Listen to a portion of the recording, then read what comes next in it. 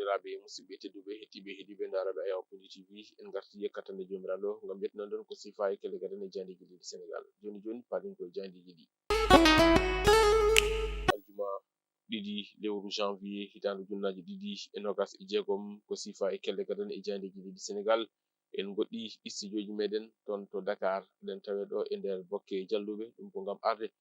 tawtorede ngol ɗon kolol ngol hitande junnaji ɗiɗi e nogas jeegom ɗum ko yewti e ziyara mo walante on ɗon ziyara Allah woni Ceerno Salif Sow joni noon en jabanat ɗin ɗon roɓindo e jandiyeji e puɗɗortoɗen roɓindo jandiyeji meɗen ko e jayde Walf Quotidien kam musidɓe jandiyankoɓe ɓe garti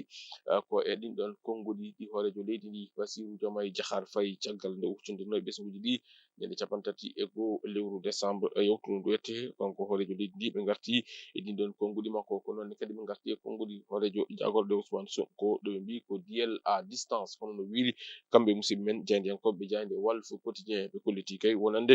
kanko hoorejo o leydi ndi holliti kay o ardinta ko intérêt leydi ndi kono de ɓe garti e o ganda kañum woni Ousmane Sonko mo ganduɗa kay wi ko poste premier ministre tongota ɗum ene tawe e jayde ɓe ganduɗa kañum woni jayde Walf Quotidien goɗɗum ko tawate e jayde Walf Quotidien ko yuti alhaali kippugel ndi jomo leydi Sénégal e ngal ɗon pottal ngal ganduɗa kay balɗe leydi teddugal ɗe leydi Sénégal ɗe jogori ɗum wadde e ñalawma janggo hakkude mabɓe leydi Soudan ɗum ko yuti on ɗon 8e de finale Coupe d'Afrique des Nations ɓe garti e Pape Thiaw kam e omo ganduɗa kañum woni Habib Diallo walla Habib Diarra ɓe ɗiɗo kala ene poti hollide koye mumen no hannirta niyete e ngal ɗon pottal hono no wiiri e kamɓe musidɓe men jandiyankoɓe ganduɗa kay kañum woni jayde Walf Quotidien ƴeewoyen jayde Point Actu kamɓe musidɓe men jandiyankoɓe jayde Point Actu kamɓe noon ɓe garti ko e ko yowiti e alhaali Ousmane Sonko kam e hoorejo leydi ndiyete Bassirou Diomaye Diakhar Faye ɗo ɓe mbi caggal nden discours mo ganduɗa kay ko discours fin d'année wonande kay hoorejo leydi ndi Bassirou Diomaye Diakhar Faye discours goɗɗo mo ganduɗa kay waɗi ɗum ko ñande goo lewru janvier hitande ɗon no gonɗen ɗum noon ko konngudi omo ganduɗa kañum woni hoorejo jagorɗo Ousmane Sonko ɗo ɓe mbi Diomaye e kañum erima jaam kono de omo ganduɗa kañum woni Ousmane Sonko kañum kam wulni ha wuli jaw hono ɓe mbi kam simen jandiyankoɓe ɓe garti noon ɓe mbi omo ganduɗa kañum woni Bassirou Diomaye Diakhar Faye kañum kay suuɓi tan ko wadde ko wiyete ko wonde fidèle e leydi ndiyete kono de omo ganduɗa kañum woni Ousmane Sonko kañum nane konngudi muɗum ene tawe jande hen ƴeewen jande guindire nde Le Soleil kañum arti ko e hoorejo leydi ndi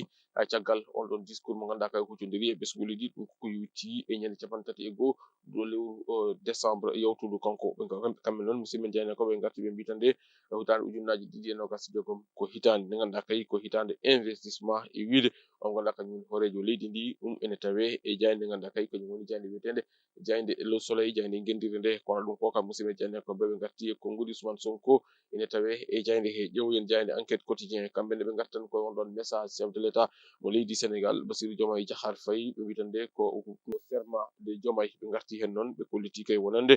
kanko hoorejo jagorɗo kanko ne o waɗi ko wiyete ko contre attaque ɗo wi alay hunde ala ko ina tongamo e wondemo ko poste hoorejo jagorɗo leydi Sénégal ɓe gartini kadi e ɓen nder 13 ɓe ganduɗa kay pitali mumen keddima e maaje kadɗe ɗe leydi Sénégal ɗum ko caggal nde ɓe jinno wadde ɗen ɗon ɗalle suuɗoru hono no wiiri jayde ganduɗa kay kañum woni jayde Enquête Quotidien jayde Les Échos kañum arti ko e hoorejo leydi ndi kam e hoorejo jagorɗo muɗum Ousmane Sonko ɓe mbi tan de ko ñande 31 lewru décembre Bassirou Diomaye Diakhar Faye kañum kay eri ko jaam kono de omo ganduɗa kañum woni Ousmane Sonko kañum kay waɗi ko wiyete ko contre-pied e caggal muɗum ɗum ine tawe e jayde nde kam musidɓe jandiyankoɓe ɓe gartine on ɗon 8e de finale Coupe d'Afrique des Nations mo ganduɗa kay ne jogori wadde hakkude leydi Sénégal kam e leydi Soudan kam musidɓe jandiyankoɓe ɓe garti e holno kippo jogori e lelorade hakkude muɗum e leydi e Soudan ɗum ene tawe e nder e jayde wiyetende jayde Les Échos jayde L'Observateur kañum arti koye on ɗon message à la nation wonande kay hoorejo leydi ndi kam e on ɗon sorti mo ganduɗa kay kañum woni sorti hoorejo jagorɗo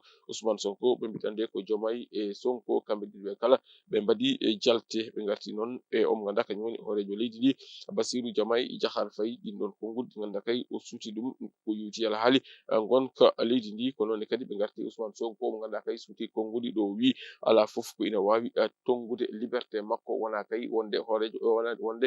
poste mo ganduɗa kay kañum woni horejo jagorɗe ɗum ina tawe e jande nde ɓe gartini kadi e nder ɗon golle payodinde ɗe ganduɗa kay duwan mo leydi Sénégal waɗi ɗum kala ina tawe e nder jayde nde ganduɗa kay kañum woni jayde wiyetende jayde l'observateur jayde source a arti ko e ɓen ɗon tato ɓe ganduɗa kay kañumen goni ɓe pitali mumen keddi e boli leydi Sénégal ko ɓen ɗon wonnoɓe e taxi moto ɓe kolliti tan nde wonde ko camion goto kay woni ko yooɓi pittali ɓen ɗon tato hen goto noon e ɓen ɗon nayo ɓe ganduɗa ko wonnoɓe on ɗon moto hen goto ene wondi e gagnande ɓurtude holno wiiri jayde nde ɓe gartini kadi e konngudi ɗum ganduɗa kañum woni horejo leydi ndi ɗum ko yowti alhaali on ɗon discours mo wonno discours kuccam hakkude makko e ɓesguji ɗi ɗum koko yowti e mayirɗe hitande ujunaje ɗiɗi e nogas e joyyi ɓe kolliti kay wonande horejo leydi ndi holli wonande hitande ujunaje ɗiɗi e nogas e jeegom ko hitande e golle wonande kay cukako ngu kamɓe musidɓe janiyankoɓe ɓe garti e mo ganduɗa kañum woni Idrissa Gana Gueye mo ganduɗa kay nena woni e wadde gueɗe payodinde ɗum ko yowti ngel ɗon kawguel africain kowel koye on saaha nattirten e jayde coftal ɓalliɗe puɗorɗen ɗum e jayde rewmi sport kamɓe musidɓe janiyankoɓe ɓe garti koye pottital hakkude leydi Sénégal kam e leydi e Soudan no ɓe mbi ɓe mbite on ɗon huitiéme de finale hakkude leydi Sénégal e leydi Soudan ɓe gartini kadi eɗen ɗon caɗele walla ni adin ɗon haalullaji walla ɗen ɗon biyoji teskade e oɗo saaha joni toon to ganduɗa kay kañum woni e kippo guindijo leydi Sénégal hakkude fédération leydi Sénégal kam e on ganduɗa kañum woni Pape Thiaw ɓe kolliti kay wonande leydi Gabon kañum nene waɗama éliminé caggal muɗum noon ko kippo kam e coach o kamɓen kala goni ko mbaɗa écarté e on ɗon kippo guindijo mo leydi Sénégal leydi Gabon jafoɗon e ƴeewoyen e jayde nde ha joni arti e on ganduɗa kañum woni toon to Angleterre Chelsea e certi e Enzo Maresca holno wi kam musidɓe janiyankoɓe jayde record quotidien kañum artani ko équipe guindijo mo leydi Sénégal hakkude muɗum e leydi Soudan ɓe mbitende ko Soudan hamini ɗum noon ko caggal ɗin ɗon potti ɗe ganduɗa kay leydi Sénégal fottinum e leydi Soudan e ko yawti ko ɓe gartini kadi e Algérie mo ganduɗa kay ne jogori huccodirde ɓe mo ganduɗa kañum woni République démocratique du Congo Mali ene jogori huccodirde ɓe mo ganduɗa kañum woni leydi Tunisie Côte d'Ivoire ma won ɗum ganduɗa kañum woni derby hakkude Côte d'Ivoire kam e leydi Burkina Faso hono no wiiri jayde nde ganduɗa kay kañum woni jayde wiyetende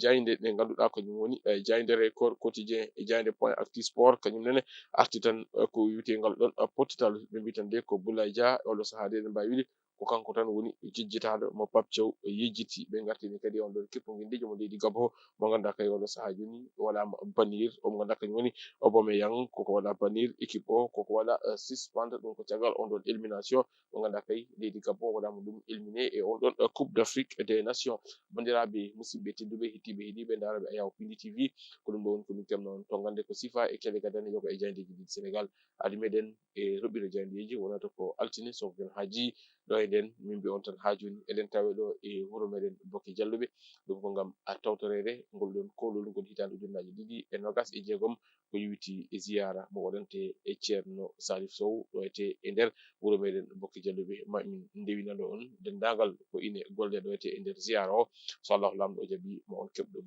e nder ayaw moɗon Pindi TV adi meɗen ko joni joni ko ɓoyata ko yewti alhaali ziyara mo ceerno Salif Sow ɗo e cuuɗi meɗen Bokke e Jalluɓe on jarama